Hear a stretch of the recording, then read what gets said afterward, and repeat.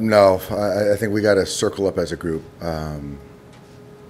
What I will say is everything's on the table. So That includes Walker Buehler? everything's on the table. We'll go down here in the front row. Dave, you have been in situations like this before. What's the message for the team facing elimination tomorrow? Just win tomorrow. Like I just said, everything's on the table, and our focus has to turn to tomorrow and whatever it takes to win tomorrow, and then we'll kind of pick up the pieces after that. We're going back right. Did you think Gavin Lux's ball was out off the bat? Yeah, I did. I think any other night, the CT ball, the Gavin Lux ball would have been home runs, yeah. How big a factor do you think that win played tonight? It was huge. It played, I mean, those two balls right there, it would have been a different outcome, but those are the elements that both teams had to play with, and, that's baseball. Any other questions for Dave? We'll go left side here. Dave, Camilo Doval for them, 2 scoreless innings. He's been pretty dominant recently. What makes him so difficult to face? Velocity, one. He's got a good slider as well. We haven't seen him a whole lot. With his slider, he misses to the right side of the plate. He gets ahead. So, he's a talented young pitcher. Go to our right side in the middle. Yeah, Dave, what did you think of Max today? After that first inning, I thought he was really good. That first inning, obviously, just kind of trying to deal with the conditions and messing with his balance through the delivery. But after that, I thought he was good. The changeup, the life to the fastball, the cutter, the slider was back. So he threw a heck of a ball game. We'll go right here on our left side. Dave, you've talked about it, Giants being a team of momentum, but for you guys, how imperative is it to score first? During the regular season, when you guys scored first, you won each time, the 9 times. It's important. It's important, but I don't want to, say it's everything, because if it doesn't happen, then you still got to find a way to win. But certainly, I think that just the numbers speak to any team that gets the lead early. It increases your chance of winning a ball game. So, tomorrow, whoever we run out there, we got to put up a 0 and try to score early. Go to Bill in the back left.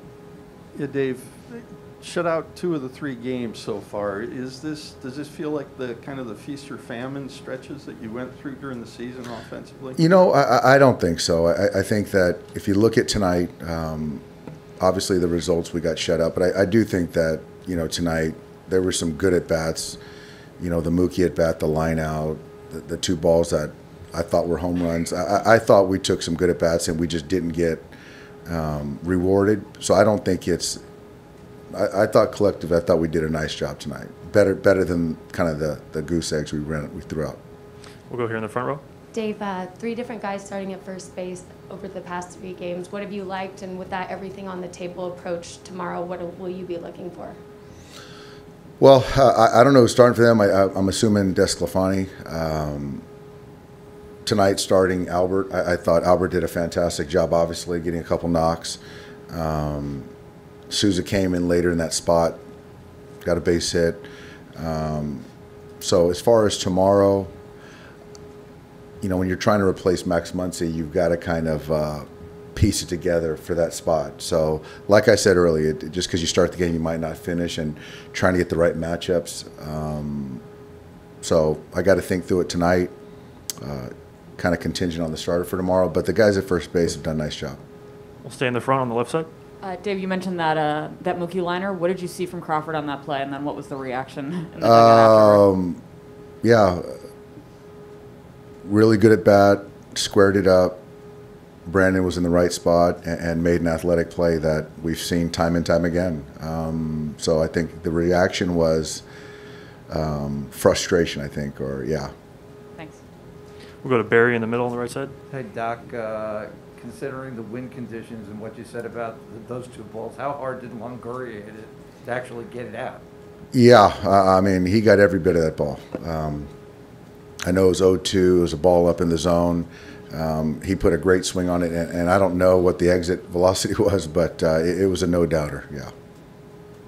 Anything else for Dave? All All right, thanks for your time, Dave. Thanks, guys. Final score notwithstanding, it seems like you got back to sort of what you'd been looking to get back to after the last couple starts. Fair to say? Yeah, like I said, I made a lower half adjustment, and that synced me up. That synced up my upper half.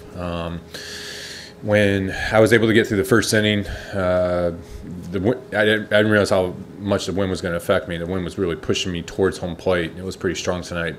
And then once I was able to get through the second inning, and that's when I really felt like I found some rhythm. And was able to start executing pitches, and then was really from that point forward able to execute with 5 pitches, and I feel like that's what made for a good outing. But you get to the postseason, you can always lose by 1 pitch. You can always that comes into play, and tonight I lost on 1 pitch. We'll go on the right side. Hey Max, you. On that pitch to Longoria, are you happy with the pitch selection in retrospect and just mad at execution, or is that one you wish you had taken a different way? Still haven't seen it, so I needed to figure out where. If I was trying to go fastball up, trying to get above the zone, probably didn't get above the zone. But it is what it is. You got to figure out why you didn't execute that pitch, and then turn the page and move on. Sucks. We'll go to Dylan here on the left side.